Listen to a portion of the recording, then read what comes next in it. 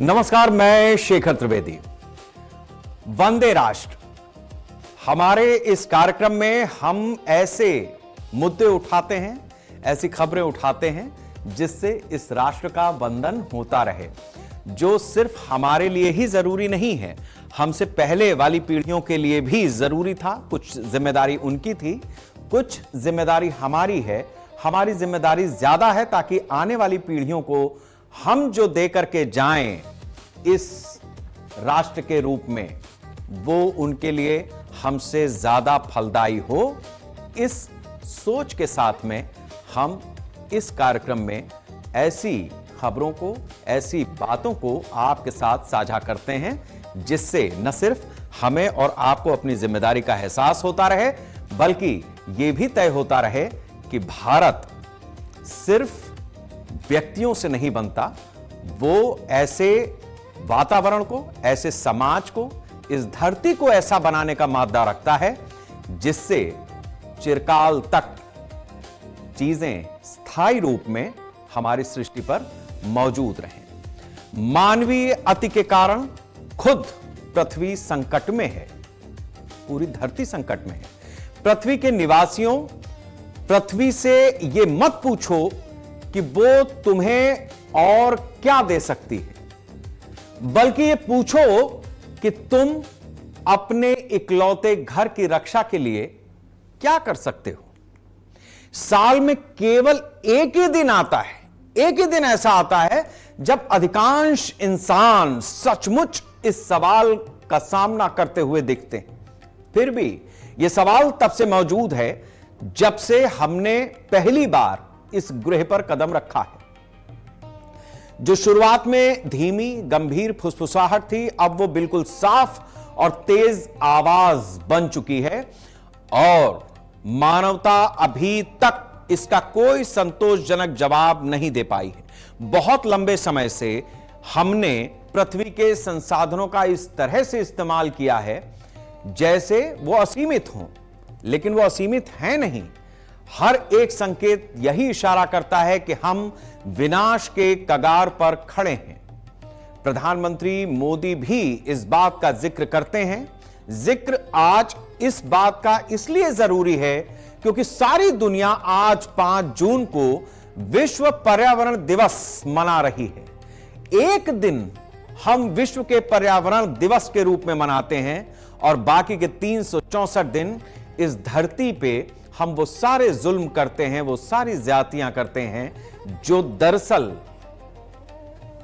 संपूर्ण प्राणी जाति के लिए खतरा ही नहीं, विनाश है। शुरुआत प्रधानमंत्री मोदी के बयान से। सूरत के विकास को गति देने के लिए आज यहां अनेक प्रोजेक्ट का शिलान्यास और लोकार्पण हुआ है। मैं आप सभी को इन प्रोजेक्ट के लिए बहुत बहुत बधाई देता हूं। साथियों, दुनिया अब हरित युग की तरफ, ग्रीन फ्यूचर की तरफ बहुत ही सावधान हो चुकी है।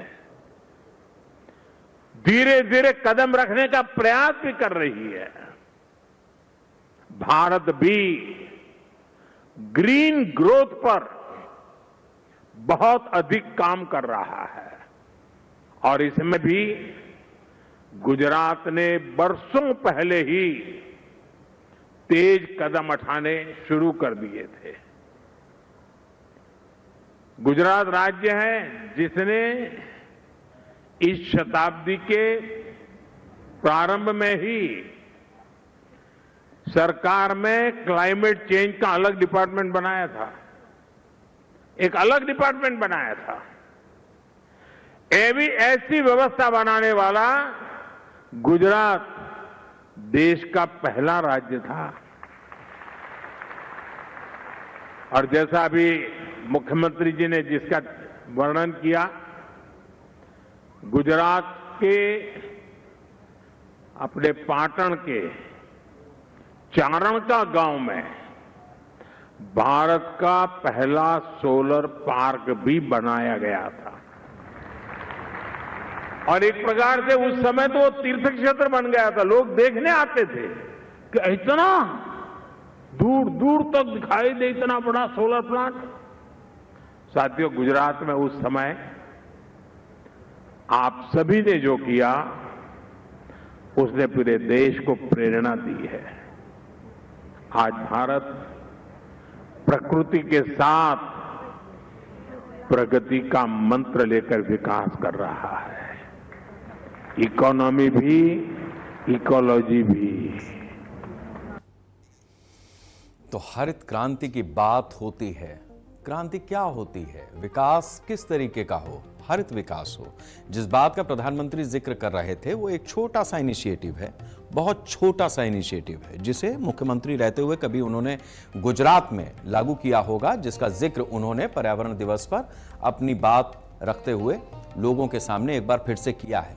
लेकिन सवाल इस बात का है कि छोटा प्रयास, छोटे छोटे कई प्रयास एक बड़ा स्वरूप लेते हैं हमारी सभ्यता को बचाने के लिए, इस प्राणी सभ्यता को बचाने के लिए। धरती पर जीवन का आधार पर्यावरण ही है, इससे आगे पीछे कुछ नहीं है। स्वच्छ हरे भरे वन, हवा ताजी हो, शुद्ध पानी हो, जंगल, जैव विविधता, ये सब हमारे अस्तित्व के लिए अनिवार्य हैं, जरूरी हैं। लेकिन बढ़ता प्रदूषण, ग्लोबल वार्मिंग, जंगलों की कटाई, प्राकृतिक संसाधनों का अंधाधुंध दोहन पर्यावरण को गंभीर संकट में डाल रहा है। यही वजह है कि हर वर्ष 5 जून को विश्व पर्यावरण दिवस मनाया जाता है, ताकि लोगों को पर्यावरण संरक्षण के प्रति जागरूक किया जा सके। कम से कम एक दिन हमने इस धरती के लिए रख लिया। विश्व पर्यावरण दिवस केवल एक औपचारिक आयोजन नहीं है, बल्कि एक वैश्विक आंदोलन है। ये दिन हमें याद दिलाता है कि पृथ्वी केवल हमारी जरूरतों को पूरा करने के लिए नहीं है, बल्कि आने वाली पीढ़ियों की भी धरोहर है। 2026 में इस दिवस को केंद्र बिंदु जलवायु परिवर्तन और प्रकृति आधारित समाधान के रूप में रखा गया। दुनिया भर में बढ़ते तापमान, अनियमित मौसम, सूखा, बाढ़ और प्राकृतिक आपदाएं संकेत दे रही हैं कि अब एक्शन का समय है। भारत जैसे देश में, जहां करोड़ों लोगों का जीवन प्रकृति पर निर्भर है, पर्यावरण संरक्षण और भी महत्वपूर्ण हो जाता है। विश्व पर्यावरण दिवस हमें छोटे छोटे कदम से बड़े बदलाव की ओर इशारा करता है। हर साल 5 जून को जब हम ये विश्व पर्यावरण दिवस मनाते हैं, लोगों को जागरूक करते हैं, तब इस बात का ख्याल करते हैं कि एक ही दिन है जिस दिन हम इस बात का चिंतन कर रहे हैं। बाकी के 364 दिन हमें अपने चिंतन को आकार देना है। बहुत बड़े बड़े शोध हो जाते हैं, बहुत बड़े बड़े सेमिनार हो जाते हैं, बहुत बड़ी बड़ी बातें हो जाती हैं। हम भी अपना शो इसी बात को लेकर के कर रहे हैं। दुनिया में और भी बहुत कुछ हुआ है, लेकिन जब ये दुनिया ही नहीं रहेगी तो हम खबर बताएंगे किसको।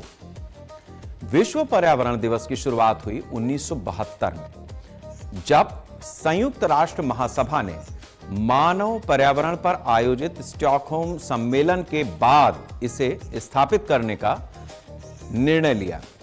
पहला विश्व पर्यावरण दिवस 1973 में मनाया गया। तब से यह दुनिया का सबसे बड़ा पर्यावरण जागरूकता अभियान बन चुका है। और भारत के लिए यह दिन क्यों महत्वपूर्ण है, यह भी आपके लिए जानना बहुत जरूरी है। भारत दुनिया के उन देशों में शामिल है जो जलवायु परिवर्तन के प्रभावों को तेजी से महसूस कर रहे हैं। बढ़ती गर्मी हो, जल संकट हो, पर्यावरण प्रदूषण हो, वायु प्रदूषण, प्राकृतिक आपदाएं, पर्यावरण संरक्षण की आवश्यकता और अधिक बढ़ रही है। अगर आज कदम ना उठाए तो आने वाली पीढ़ियों को गंभीर चुनौतियों का सामना करना पड़ेगा ही। इसमें कहीं किसी को रत्ती भर भी कोई शक शुबा नहीं है। भारत एक ऐसा देश है जहां हमें 3 तरीके के मौसम देखने को मिलते हैं। हमारे यहाँ गर्मी भी होती है, बरसात भी होती है और ठंड भी पड़ती है। दुनिया के बाकी बहुत सारे देश ऐसे हैं जहां पर या तो ठंड ही है, वो धूप लेने के लिए भी हमारे देश में आते हैं। गोवा इसलिए मशहूर भी है, सन बाथ। इसी तरीके से कुछ ऐसे भी देश हैं जहां 12 मास बरसात सा ही मौसम रहता है। कुछ ऐसे भी देश हैं जहां भयंकर गर्मी पड़ती है। मिडिल ईस्ट उनमें से एक है। दुनिया में परिवर्तन किस तरीके से हो रहा है, इस बात को भी समझिए। जो मरुस्थल हैं, रेगिस्तान हैं, वहां पर अब बर्फ पड़ने लगी। ऐसी खबरें आपने सुनी होंगी। दुबई में बाढ़, यह खबर भी आपने देखी होगी। इसी तरीके से अमेरिका में जिस तरीके का तापमान बढ़ा, उसके बाद लोगों ने, मतलब वहां पानी की शॉर्टेज हो गई। फव्वारे, जो सार्वजनिक रूप से फव्वारे लगे थे, उन जगहों पर जाकर के उनको पानी में अपने आप को तर करने की नौबत आ गई। यह अमेरिका की स्थिति है, जो एक ठंडा देश है। तो ऐसे बहुत सारे मसले हैं, बहुत सारा काम है जिसे हमें और आपको मिलकर के ही करना है। अब यहीं भारत में आ जाइए, वापस आइए। देश भर में जंगल कट रहे हैं, भूजल का स्तर गिर रहा है, जो हमारी पारिस्थितिकी तंत्र है वो पूरी तरीके से इंबैलेंस हो रहा है। प्राकृतिक असंतुलन का ही नतीजा है कि 2025 को भारत ने अपने 8वें सबसे गर्म साल के तौर पर दर्ज किया है। आप कल्पना कीजिए कि ये किस तरीके की स्थिति है। इस वर्ष औसत तापमान 1991 से 2020 के औसत से 0.28 डिग्री सेल्सियस ज्यादा रहा है। जनवरी, फरवरी और मार्च से मई के बीच मौसम सामान्य से अधिक गर्म रहा है। सर्दियों में 1.17 डिग्री सेल्सियस की रिकॉर्ड तोड़ विसंगति भी देखी गई, बढ़त देखी गई, जो 1901 यानी 124 साल के बाद सबसे ज्यादा थी। विश्व पर्यावरण दिवस पर जो तस्वीर है देश की, वो भविष्य को लेकर के बहुत बड़े सवाल खड़े कर रही है। ये सवाल इतने गंभीर हैं कि अगर आज उस पर चिंतन न किया गया तो आने वाली पीढ़ियों के लिए कुछ बचेगा नहीं। अब वो सवाल क्या है? Centre for science and environment की रिपोर्ट में कुछ बड़े खुलासे हुए हैं। इस बात को आपके लिए जानना बहुत जरूरी है। जून से सितंबर 2025 0.10 डिग्री सेल्सियस ज्यादा गर्म रहा। 2025 में 21 राज्यों के तापमान में 124 साल के रिकॉर्ड टूट गए।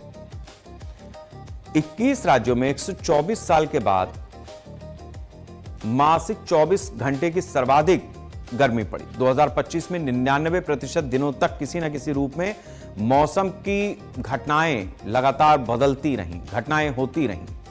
इसकी वजह से 4,421 लोगों की जान भी गई। इसके साथ साथ 1.74 करोड़ हेक्टेयर से अधिक फसल के क्षेत्र को फसली नुकसान हुआ। आने वाले साल में अगर प्रयास न किए गए तो यह नुकसान और ज्यादा बढ़ सकता है। तो इस तरीके की जो स्थितियां हैं वो हमें बताने के लिए काफी हैं कि अगर हम समय रहते ना चेते, और हम ही को चेतना पड़ेगा। अगर हम सोचे कि दुनिया का कोई और देश ऐसा कर लेगा, वैसा कर लेगा, ये करना चाहिए, वो करना चाहिए, वो करेंगे कुछ नहीं। रास्ता हम ही को दिखाना पड़ेगा। हमने पहले भी दिखाया है, आज भी वो नौबत आ रही है, और जो हम करेंगे, आप इसको माने या ना माने, उसी बात को दुनिया एक दिन फॉलो करेगी। आंकड़े ये भी बताते हैं कि वायु प्रदूषण भी जानलेवा हो रहा है।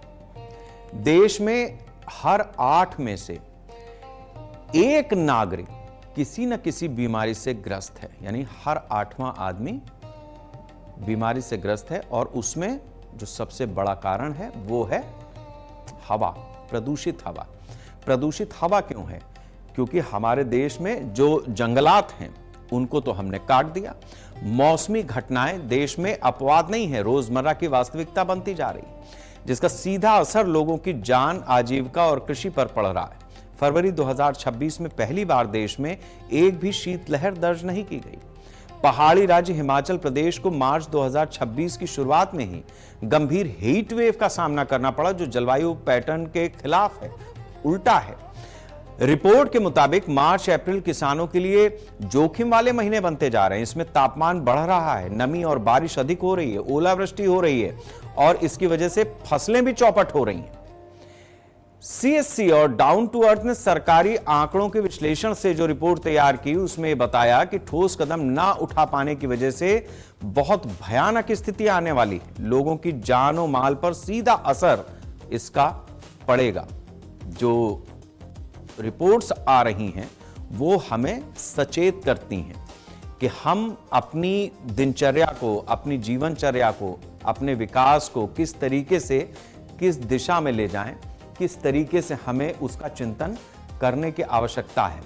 बड़ी चीज यह है कि क्या हम वैसा कर पा रहे हैं, क्या हम वैसा करने के लिए अगर तैयार हैं तो जो बाहरी ताकतें हैं या जो बाहरी दबाव है, इंटरनेशनल दबाव है या एक आपस में जो प्रतिस्पर्धात्मक माहौल है, क्या उसकी वजह से हम कुछ भी ऐसा कर पा रहे हैं जो वास्तव में इस प्रकृति के संरक्षण के लिए आवश्यक है। ऐसी चीजें न कर पाने का ही नतीजा है कि हमारे देश में जब गेहूं की फसल कटने वाली होती है तो पता चलता है कि ओला पड़ गया, हमारे देश में बड़े हिस्से में फसल बर्बाद हो गई, धान बर्बाद हो गया, गन्ना पहले के जितना मीठा नहीं रहा। ये सारी चीजें हमें बता रही हैं कि सचेत हो जाओ, कुदरत बदला ले रही है, वो अपनी तरीके से इशारा कर रही है, हम नहीं समझ रहे। भारत में विकास के कार्य तेजी से बढ़ रहे हैं, वायु प्रदूषण बढ़ रहा है, वायु प्रदूषण की वजह से औसतन 4600 लोगों की सालाना मौत हो रही है। वैश्विक अध्ययन जो हुए हैं उसके मुताबिक जहरीली हवा और खराब वायु गुणवत्ता से देश में सालाना 17 से 20 लाख लोगों की असमय मौत हो जाती। ये तस्वीरें अपने आप में बहुत हैरान करने वाली हैं। ये कल कारखानों से निकलता हुआ धुआं हमें और आपको लील रहा है, और सिर्फ लील ही नहीं रहा है, हमारी आने वाली पीढ़ियों को भी बर्बाद कर रहा है। भारत में प्लास्टिक प्रदूषण महामारी बन चुका है। भारत में हार्ट अटैक क्यों बढ़ रहा है? आप इस बात पर विचार करते होंगे। बहुत सारे ऐसे केसेस आए हैं कि कोई जिम में एक्सरसाइज कर रहा था और उसकी डेथ हो गई। मतलब वो अपने आप को फिट रखने की कोशिश कर रहा था लेकिन वो नहीं बचा। कोई बारात में नाच रहा था, किसी पार्टी में नाच रहा था, नहीं बचा, उसका हार्ट फेल हो गया। अब ये हार्ट फेल जो हो रहा है, बहुत सारे लोग अलग अलग वजह बता देते हैं, कुछ वैक्सीन बता देंगे, कुछ ऐसा कुछ वैसा, लेकिन जिस तरीके की स्थिति है वो हमारे और आपके लिए कितनी खतरनाक है उस बात को समझना होगा। वायु प्रदूषण से जिस तरीके का संकट बना है, प्लास्टिक प्रदूषण से जिस तरीके का संकट बना है, उसको समझिए कि ये कितना खतरनाक है। प्रति घंटे 29 लोग हर घंटे देश में वायु प्रदूषण से मर रहे हैं। महानगरों में मौत का लगभग 15% हिस्सा जहरीली हवा की वजह से होता है। देश में वायु प्रदूषण में वाहनों का भी 27% तक योगदान है। पेट्रोल और डीजल की कीमत बढ़ रही है लेकिन वाहन नहीं छूट रहे हैं। देश में ये बताने के लिए आंकड़ा काफी है कि हम अपनी जिंदगी को किस तरह से तबाही की ओर लेकर के जा रहे हैं। एक प्रसिद्ध मेडिकल जर्नल है द लॉसेंट, एक अध्ययन इसमें प्रकाशित हुआ भारत को लेकर, और उसमें जो बातें कही गई हैं वो बहुत चौंकाने वाली हैं। जिस तरीके की स्थितियां हमारे देश में बनी हुई हैं, इस तरीके की रिपोर्ट्स होती विदेशी हैं, लेकिन हमें कई बार ये देखना पड़ता है कि उसमें कितनी बात तयशुदा रूप में आ रही है। जैसे पैकेज फूड का चलन भारत में बढ़ता जा रहा है, जिस पर चिंता जताई गई है। भारत में ऑनलाइन फूड डिलीवरी में प्लास्टिक का इस्तेमाल हो रहा है, ये भी एक बड़ा कारण है। और गर्म खाने के संपर्क में आते ही प्लास्टिक का DEHP केमिकल भोजन में घुल जाता है, जो हमारे शरीर पर विपरीत प्रभाव डालता है। 2008 से इन खतरनाक रसायनों को प्रतिबंधित किया गया था दुनिया में कई जगह। भारत में इसे लेकर नीतियां काफी देर से तैयार हुई हैं और लागू हुई हैं, जिसकी वजह से पैकेज्ड फूड अगर आप मंगाते हैं या खाते हैं तो आप इस बात से भी थोड़ा सा डरिए, थोड़ा सा इस पर भी चिंतन कीजिए कि जो प्लास्टिक इस्तेमाल हो रही है आजकल, तो गर्म चाय भी अगर मंगाई जाती है तो केटली 100-200 रुपए की आती है, उसका चलन खत्म होता जा रहा है। आप किसी अपने व्यक्ति को अगर चाय लेने के लिए बाजार में भेज रहे हैं, बाहर से ही मंगा रहे हैं, तो प्लास्टिक में पैक करके दे रहा है, पानी भी प्लास्टिक में, खाना भी प्लास्टिक में। और ये प्लास्टिक किस तरीके से हमारे शरीर को भीतर से खोखला कर रही है, वो शायद समझ में नहीं आ रहा है आज हम लोगों को। और यही प्लास्टिक जब हम डिस्पोज कर रहे हैं, उसको खत्म कर रहे हैं, नष्ट होनी नहीं है वो, तो जाहिर सी बात है कि उसका प्रभाव कुदरत पर पड़ेगा, प्रकृति पर पड़ेगा। और नतीजा ये होगा कि हमारा जो वन आच्छादित क्षेत्र है, हमारे यहां जो हरियाली बची भी है, ये प्लास्टिक एक दिन उसको भी खत्म कर देगी। भारत में लगभग 60 करोड़ लोग। अब आइए अगले हिस्से पे, वायु की बात कर ली, वायु प्रदूषण की, प्लास्टिक से हमने नुकसान बताया, अब जल संकट भी है।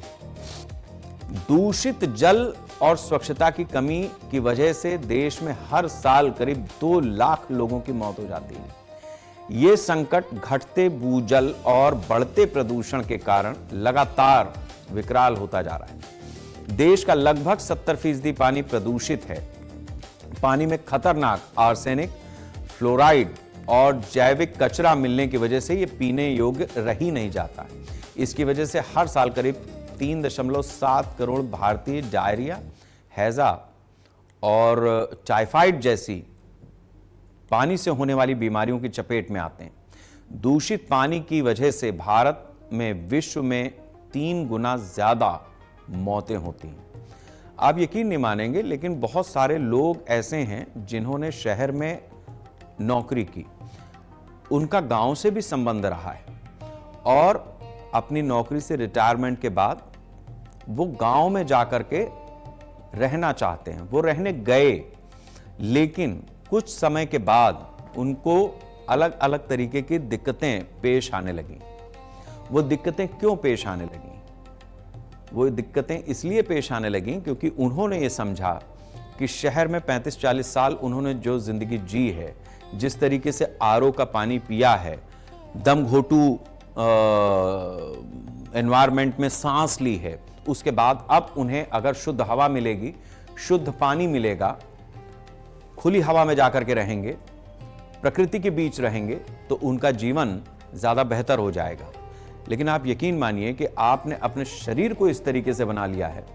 ऐसे बहुत सारे केसेस सामने आ रहे हैं कि जो 35-40 साल शहर में रहने के बाद गांव रवाना हुए और गांव में जाकर के उन्होंने 1-2 साल गुजारे, तो उसके बाद उनके शरीर में अलग अलग तरीके की दिक्कतें आना शुरू हो गई। किसी को पथरी की समस्या हो गई, किसी को घुटनों में दिक्कत हो गई, किसी के हाथ पैर में दर्द होने लगा, किसी को सर में दर्द होने लगा। डॉक्टर्स से जब इस बारे में पूछा गया तो उन्होंने जो जानकारियां दी वो भी अपने आप में चौंकाने वाली। डॉक्टर्स का कहना यह है, रिसर्चर्स का कहना यह है कि जब आप इतने ज्यादा प्रदूषित माहौल में 40 साल, 50 साल जीवन के 60 साल रहे हैं, आपकी बॉडी शुद्ध चीज के लायक बची ही नहीं। और अगर शुद्ध चीज के लायक नहीं बची है तो आप इस बात की कल्पना कीजिए कि जो हमारी पीढ़ी में शुरू हो गया है, जो बच्चे आज पैदा हो रहे हैं, 20-25 साल के बाद उनका क्या होगा, ये हमें सोचना पड़ेगा। तो ये अपने आप में ऐसे सवाल हैं, ऐसे विषय हैं जिसको लेकर अगर आज चिंतन ना किया गया, अगर आज ना सोचा गया, तो फिर ये स्थितियां भविष्य में हमें एक गहरे खतरे की ओर ले ही जा रही हैं और ज्यादा तेजी से लेकर के जाएंगी। बड़े पैमाने पर हमारे देश में, हमारे प्रदेशों में, अलग अलग जिलों में वृहद वृक्षारोपण का कार्यक्रम भी चलाया जाता है विश्व पर्यावरण दिवस के दिन। हर साल नए रिकॉर्ड्स बनते हैं। सवाल इस बात का है कि हजारों, लाखों, करोड़ों पेड़ लगाने के बाद, पौधे लगाने के बाद उनमें से जिंदा बचते कितने, उसकी देखरेख कौन करता है? अगर इस साल प्रदेश में फर्ज कीजिए कि 1 करोड़ पौधे लगाए गए, उस हिसाब से पिछले 15-20 साल से अगर हम जोड़ना शुरू करें तो 1-1 करोड़ के हिसाब से भी 20 करोड़ पेड़ पौधे हो जाते हैं। आज से 20 साल पहले जो पेड़ लगाया होगा, वो जो पौधा लगाया होगा, वो पूरा पेड़ बन जाना चाहिए। तब 20 साल बहुत होते, 15 साल 10 साल में ही पेड़ बन जाता है एक पौधा। वो कहां है? हर साल उसी जमीन पर एक नई कुदाली लेके खोद करके एक पौधा रोप करके पानी डाल देने भर से काम नहीं चलेगा। धोखा दूसरे को दिया जाए तो फिर भी आप खुश हो सकते हैं, लेकिन धोखा अगर अपनी जिंदगी को आप खुद दे रहे हैं तो फिर क्या बचेगा? ये भारत प्रकृति के उस पैमाने को दर्शाता आया है जो दुनिया में संतुलन का मापदंड तय करता रहा है, और आज कोई माप नहीं रह गई है। जीवन सिर्फ दंड बनकर रह गया है। तो सोचिए एक बार गंभीरता से। बहुत बड़ी बड़ी खबरें हैं, बहुत बड़ी बड़ी बातें हैं, लेकिन जो बात हमने आज आपसे की है वंदे राष्ट्र के जरिए, वो हमसे और आपसे ही नहीं जुड़ी है, पूरी सभ्यता से जुड़ी है। दुनिया में जो मिडिल ईस्ट में लड़ाई चल रही है, उसकी वजह से तेल का संकट है। अब तेल का संकट जिस तरीके से है, उसके बाद तेल के दाम भी हर देश में बढ़े हैं, भारत में भी बढ़े हैं। तेल का दाम जब बढ़ता है तो उसके साथ साथ बहुत सारी चीजों का दाम भी बढ़ जाता है, क्योंकि माल ढुलाई भाड़ा बढ़ने की वजह से लागत बढ़ जाती है। फैक्ट्रियों में जो मशीनें चलती हैं, अगर वो डीजल पेट्रोल का इस्तेमाल वहां पर हो रहा है तो भी उसका इफेक्ट हम पर आता है। सीधी सीधी बात है कि अभी जो स्थिति बनी है उसमें बीते 15-20 दिन के अंदर हमारी और आपकी जेब पर सीधा सीधा असर पड़ा है, और यह असर महंगाई के रूप में है। हमारी जेब से ज्यादा पैसा बाहर जा रहा है। कमाई या तो स्थिर है या फिर घटने की भी स्थितियां बन रही हैं। कई जगहों पर उतनी कमाई नहीं रह गई जिसको आम लोग बोलचाल में कहते हैं। अब सवाल यह है कि यह होगा कैसे? सिर्फ सरकार करेगी या सरकार की ही तरफ से कोई घोषणा होगी? वो तो अपनी जगह पे है ही, लेकिन इसके साथ साथ हर देश में एक एपेक्स बैंक होता है। हमारे देश में भी है। हमारे देश में उस बैंक को हम रिजर्व बैंक ऑफ इंडिया के नाम से जानते हैं। रिजर्व बैंक ऑफ इंडिया हमारी मौद्रिक नीति का नियंता भी है और उसे बनाने वाला भी है। हमारा रिजर्व बैंक ऑफ इंडिया जिस तरीके से हमारे देश में पॉलिसीज, मौद्रिक नीति खासतौर से बननी चाहिए, उसको तैयार करता है। भारतीय रिजर्व बैंक की मॉनिटरी पॉलिसी समिति की बैठक में कुछ फैसले हुए जिनका ऐलान किया गया। रिजर्व बैंक ऑफ इंडिया के गवर्नर संजय मल्होत्रा ने यह ऐलान किया कि रेपो रेट में कोई बदलाव नहीं किया जाएगा। अभी हमारा रेपो रेट 5.25% पर बना हुआ है, इसे चेंज नहीं किया गया है। अब रेपो रेट क्या है और इसका मतलब हमसे और आपसे किस तरह से जुड़ा है, इस बात को समझिए। ये जो रेपो रेट सामान्य रखा गया है, इसका मतलब यह है कि आपके लोन की ईएमआई में कोई बढ़ोतरी नहीं होगी। आप अगर किसी ईएमआई को भर रहे हैं, लोन लिया है आपने, तो आपका जो लोन का ब्याज है वो स्थिर रहेगा। आमतौर पर ये स्थितियां रहती हैं कि रेपो रेट के घटने या बढ़ने का प्रभाव सीधा सीधा लोन पर आता है, तो ईएमआई बढ़ने नहीं जा रही है। ये आरबीआई की तरफ से। गवर्नर ने यह भी कहा है कि ग्लोबल स्तर पर कई सेंट्रल बैंक ब्याज दरों को बढ़ा रहे हैं, लेकिन आरबीआई की बैठक में रेपो रेट को अनचेंज रखने का फैसला किया गया है, यानी ये नहीं बदला जाएगा। ग्लोबल इकोनॉमी में अनिश्चितता देखी गई है और सप्लाई चेन रुकने से मार्केट में भी उतार चढ़ाव हुआ है। हालांकि भारत की इकोनॉमी अपनी तरह से मजबूत बनी हुई है। हम इस समय भी बेहतर प्रदर्शन कर रहे हैं और हमारी इकोनॉमी अपनी तरह से स्थिर है। इकोनॉमी में डाउनफॉल नहीं है और इकोनॉमी बहुत तेजी से ऊपर भी नहीं जा रही है। ऐसी स्थिति को बनाए रखने के लिए हमारे और आपके जीवन में ज्यादा प्रभाव न पड़े, जो बाहरी प्रभाव अभी देश के साथ साथ सामने से आ रहे हैं, इसको लेकर के रेपो रेट नहीं बढ़ाया गया है। आरबीआई के गवर्नर ने इस रेपो रेट को पुरानी दर पर ही रखते हुए क्या कहा है, यह भी सुनिए। In this backdrop, the Monetary Policy Committee met on the 3rd, 4th and 5th of this month to deliberate and decide on the policy repo rate. After a detailed assessment of the evolving macroeconomic and financial developments and the outlook, the MPC voted unanimously to keep the reserve bank के governor जो बात कह रहे थे उसका हिंदी में मतलब यह है कि दुनिया की जिस तरीके की स्थिति है उसको देखते हुए भी भारत की अर्थव्यवस्था को संतुलित रखने के लिए आरबीआई ने यह तय किया है कि रेपो रेट चेंज नहीं होगा। अब आपको हम ये बता देंगे रेपो रेट क्या है। अगर ये रिजर्व बैंक का फैसला इससे विपरीत होता, मतलब बढ़ जाता या घट जाता रेपो रेट, तो क्या होता? दरअसल रेपो रेट वो दर होती है जिस पर आरबीआई व्यावसायिक बैंकों को कर्ज देता है। मतलब हम कहां जाते हैं? हम यूनियन बैंक में जाएंगे, स्टेट बैंक ऑफ इंडिया में जाएंगे, आईसीआईसी बैंक में जाएंगे, सेंट्रल बैंक में जाएंगे, ऐसे तमाम जो हमारे बैंक हैं हमारे देश में जो काम कर रहे हैं हम वहीं पे जाएंगे। वो कॉमर्शियल बैंक्स हैं जिनसे हम और आप ट्रांजैक्शन करते हैं। ये बैंक एक एपेक्स बैंक से ट्रांजैक्शन करते हैं जिसे हम भारत में रिजर्व बैंक ऑफ इंडिया कहते हैं। तो रिजर्व बैंक ऑफ इंडिया ही हमारे देश की असली मालिकाना हक रखता है।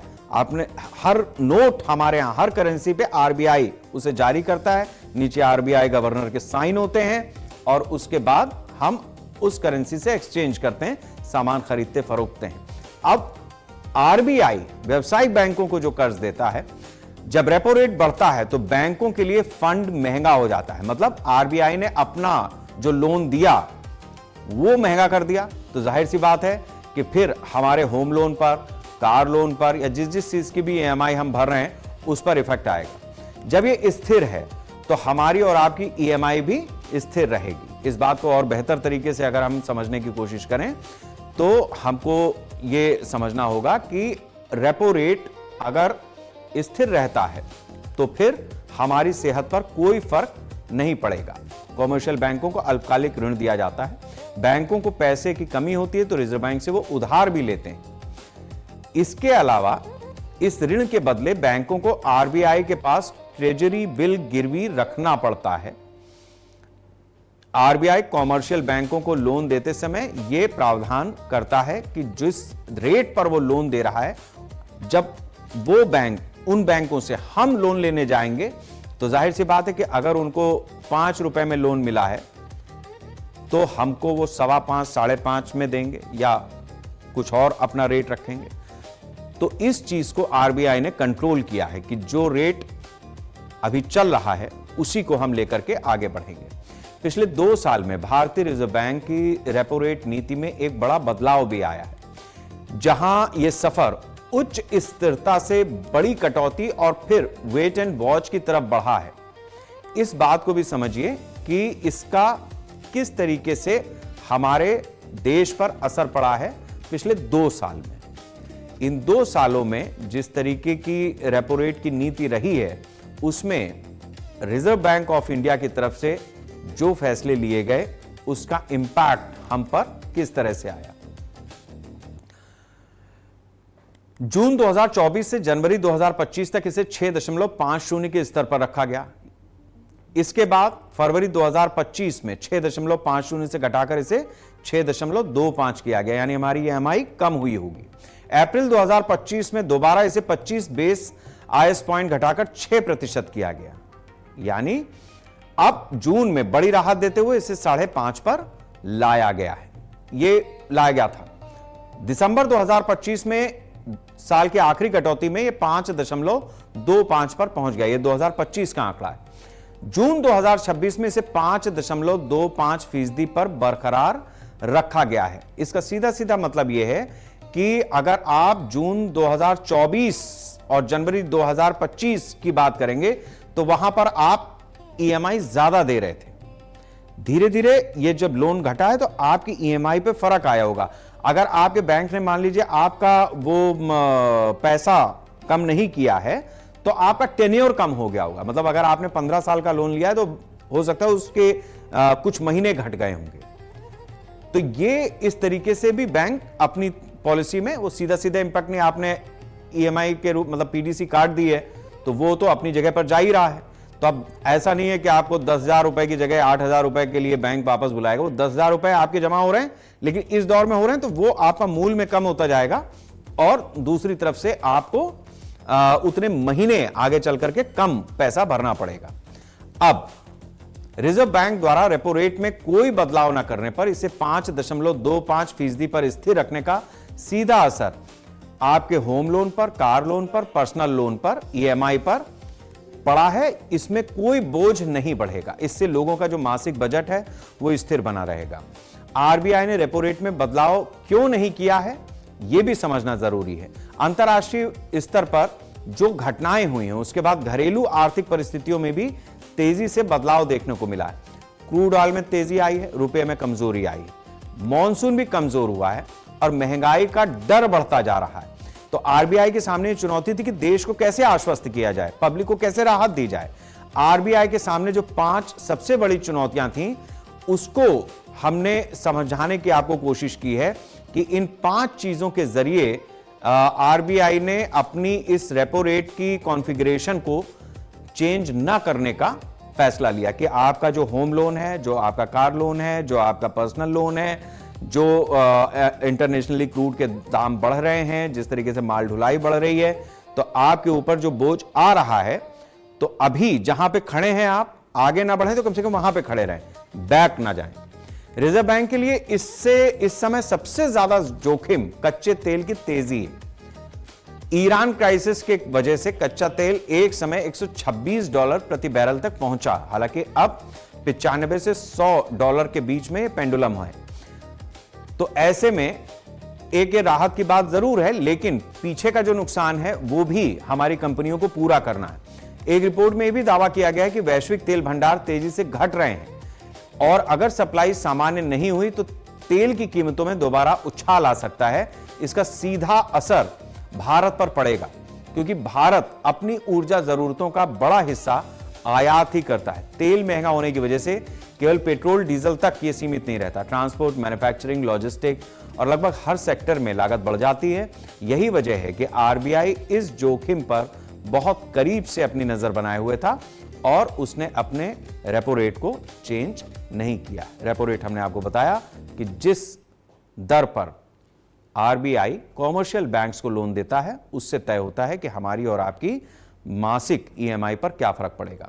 दूसरा सबसे बड़ा कारण भारतीय रुपए पर लगातार दबाव बना हुआ है। यह डॉलर के मुकाबले 96 के स्तर पर फिसल चुका है। इस साल अब तक एशियाई करेंसी में भारतीय रुपए का प्रदर्शन सबसे कमजोर रहा है। विदेशी निवेशकों की लगातार निकासी और इंपोर्टर की तरफ से लगातार डॉलर की डिमांड ने रुपए की कमजोरी को और बढ़ाने का काम किया है। सामान्य तौर पर जब मुद्रा कमजोर होती है, जब हमारा रुपया कमजोर होता है तो आयात महंगा हो जाता है और इससे महंगाई बढ़ सकती है। तो इसलिए भी आरबीआई का यह फैसला महत्वपूर्ण हो जाता है। अब आगे चलिए, रिजर्व बैंक के सामने सबसे बड़ी चुनौती बढ़ती महंगाई का खतरा है, जिसका जिक्र बार बार विपक्ष भी कर रहा है। एक पैनिक सिचुएशन क्रिएट करने की कोशिश हो रही है देश में कि पता नहीं किस तरीके की महंगाई आ जाएगी, क्या हो जाएगा, ये हो जाएगा, वो जाएगा। नहीं, पैनिक मत होइए। अप्रैल महीने में आरबीआई एमपीसी की बैठक हुई थी जिसमें रेपो रेट को 5.25% पर बरकरार रखा गया। उसके बाद पेट्रोल, डीजल और सीएनजी की कीमतें में बढ़ोतरी जरूर देखी गई।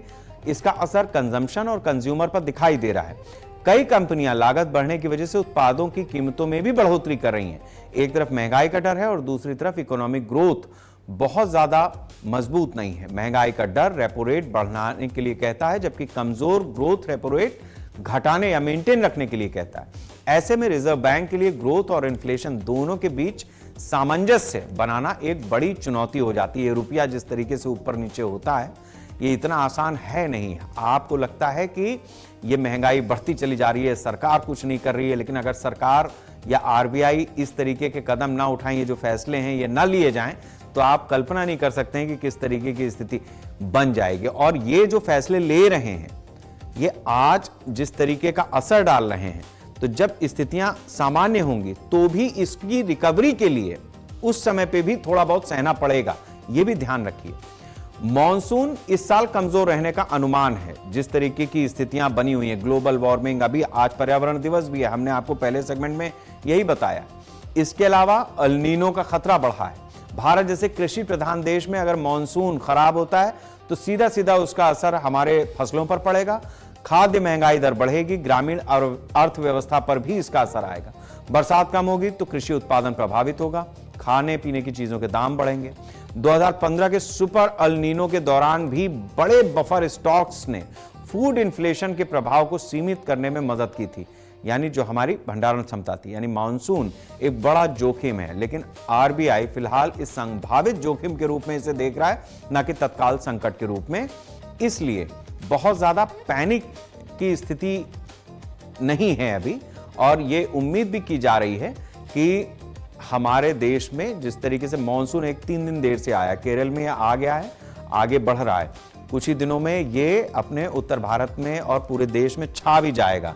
लेकिन जरूरी यह है कि अब आपको क्या करना है। एक काम आप कर सकते हैं, अगर आप चाहते हैं कि महंगाई ना बढ़े। अच्छा देखिए, दिलचस्प है, ये भी चीज दिलचस्प है कि अभी हम पर्यावरण बचाने की बात कर रहे थे, उसमें लग रहा था कि यार अब पेड़ लगाओ, फिर पेड़ को सींचो, ऐसा करो तो वैसा करो, क्या होगा, ये कौन सा है काम है। लेकिन इससे इतर अगर मैं आपसे ये कहूं कि एक पेड़ अगर आप लगाते हैं तो आपकी ईएमआई कम हो सकती है कुछ समय के बाद। अगर आप पानी बचाते हैं, रेन वाटर हार्वेस्टिंग करते हैं, बरसात का मौसम आ रहा है, जो भी पानी बरसेगा, अगर आप रेन वाटर हार्वेस्टिंग को प्रॉपर अपने यहां अप्लाई करते हैं, अपने घर में करते हैं, कॉलोनी में करते हैं, पार्क में करते हैं, अपने संस्थान में करते हैं, तो भी आप महंगाई से बचे रहेंगे। इस बात को भी समझिए, भूजल का जो स्तर है वो अगर मेंटेन रहेगा तो उससे भी हमें फायदा होगा, और जो हमारी फसल है, जो हमारी नदियों का पानी है, जो हमारी क्लाइमेट है, वो अगर बेहतर रहेगी तो सब चीजें अपनी अपनी जगह पर दुरुस्त रहेंगी, और उसका फायदा हमें और आपको यूं मिलेगा कि हमारी जो रोजमर्रा की जिंदगी, एक तो ताजी हवा मिलेगी, अच्छा साफ पानी मिलेगा, आरओ की जरूरत खत्म हो जाएगी। ये जो बिजली से चलती चीजें हैं, बहुत सारी ऐसी, एयर प्यूरिफायर आपने घर में लगा रखा होगा, जिनके पास माल है ज्यादा वो ये भी कर रहे हैं, शहरों में रहने वाले। तो ये स्थिति जो है आपके खर्चे तो बढ़ा ही रही है, साथ साथ ये भी बता रही है कि आप कितने स्वार्थी हैं। जिंदा रहने के लिए आपने एयर प्यूरिफायर लगाया है, सबने नहीं लगाया है, निकलना आपको भी इसी समाज में पड़ेगा। तो ये अपनी तरह से जिस तरीके के संदेश हैं, जिस तरीके की बातें हैं, इसको हमने समझा है कि अगर कुदरत को हम बचाते हैं तो हमारी जिंदगी भी बचेगी, और साथ साथ जो रोजमर्रा की जिंदगी है उस पर भी ये प्रभाव डालेंगे। अब हम आखिरी हिस्से में हैं, और आखिरी हिस्से में आज हम उस शख्सियत की बात करेंगे जिसे पूरा देश योगी आदित्यनाथ के नाम से जानता है। योगी आदित्यनाथ का जिक्र इसलिए कि आज उनकी हैप्पी बर्थडे है। वो 54 साल के हो गए। जन्मदिन पर उन्हें देश भर से शुभकामनाएं मिल रही हैं। राजनीतिक दल के नेता, समर्थक, विभिन्न सामाजिक संगठन उन्हें दीर्घायु और स्वस्थ जीवन की बधाइयां दे रहे हैं, कामना कर रहे हैं। प्रदेश में बीजेपी कार्यकर्ताओं और समर्थकों की ओर से कई जगहों पर कार्यक्रम भी आयोजित किए गए। कहीं केक काटा गया, कहीं सेवा कार्य किया गया। इस तरीके से अपने मुख्यमंत्री का जन्मदिन उत्तर प्रदेश के लोगों ने मनाया है। प्रशासनिक कार्यकाल और सख्त कानून व्यवस्था की छवि के लिए योगी आदित्यनाथ को जाना जाता है। उनके समर्थकों में आज उनके जन्मदिन के मौके पर उत्साह देखा गया। योगी आदित्यनाथ का इतिहास एक धार्मिक पृष्ठभूमि, राजनीतिक संघर्ष और सत्ता तक के लंबे सफर की कहानी है। योगी आदित्यनाथ का जन्म 5 जून 1972 को उत्तराखंड के पौड़ी गढ़वाल क्षेत्र में हुआ। उनका मूल नाम अजय सिंह बिष्ट है। शुरुआती शिक्षा के बाद वो गोरखपुर आए और यहीं उनका झुकाव आध्यात्मिक जीवन की ओर बढ़ा। बाद में उन्होंने गोरखनाथ मठ से जुड़कर संन्यास लिया और महंत अवैधनाथ के शिष्य बने। इसके बाद उन्हें योगी आदित्यनाथ का नाम मिला और वो गोरखनाथ मठ के प्रमुख चेहरों में शामिल हो गए। योगी मुख्यमंत्री होने के साथ साथ संत भी हैं, इसलिए देश के प्रमुख संतों ने योगी को जन्मदिन की बधाई दी है और उनके लंबी उम्र की कामना की है। हम आपको ऐसे बधाई संदेशों और उनके जन्मदिन के मौके पर जो उनके समर्थकों ने, उनको ये चाहने वालों ने खुशियां बनाई हैं, जो तस्वीरें हमारे पास आई हैं, हम आपको उसके साथ आज छोड़े जाते हैं। नमस्कार।